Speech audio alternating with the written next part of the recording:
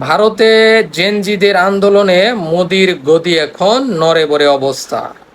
Cockroach জনতা party, যে পার্টির social মাধ্যমে প্রতিষ্ঠা হয়েছে, সেই পার্টি এখন রাজপথে নেমে এসেছে। লক্ষ লক্ষ তরুণ তরুণী ভারতের 28টা রাজ্যের অন্তত 13টি রাজ্যে এই আন্দোলন ছড়িয়ে পড়েছে।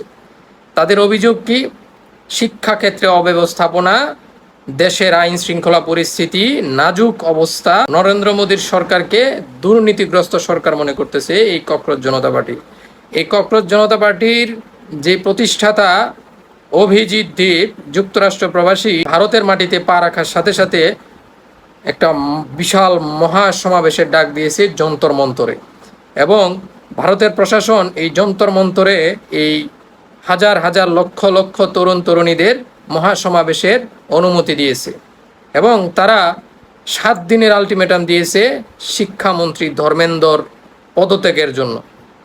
তাছাড়া স্বরাষ্ট্রমন্ত্রী অমিত শাহ এবং ভারতের প্রধানমন্ত্রী নরেন্দ্র মোদীরও পদত্যাগের আহ্বান জানিয়েছে। ভারতের ইতিহাস কি বলে? ভারতে যদি সবগুলা রাজ্যে জেনজিরা যদি একসাথে আন্দোলনে নামে, তাহলে এই অতীতের ইতিহাস ভেঙে যাবে।